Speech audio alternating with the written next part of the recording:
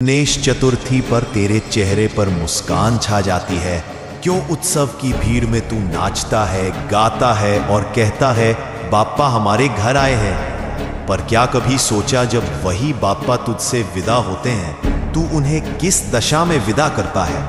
तेरे घर में जिस मूर्ति को तू सच्चे प्रेम से सजाता है, जिस पर फूल, वस्त्र और भोग चढ़ाता है, विसर्जन के दिन वही मूर्ति तेरे हाथों अपमानित होती है।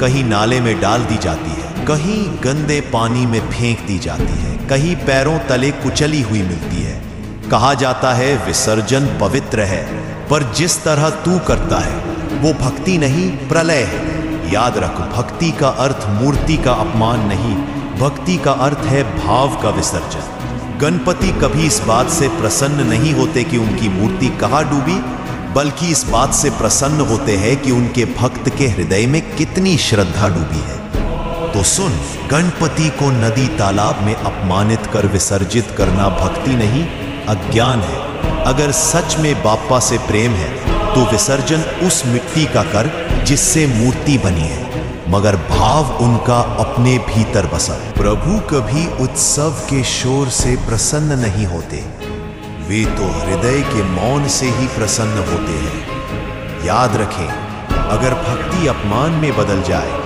तो वही भक्ति पाप बन जाती है।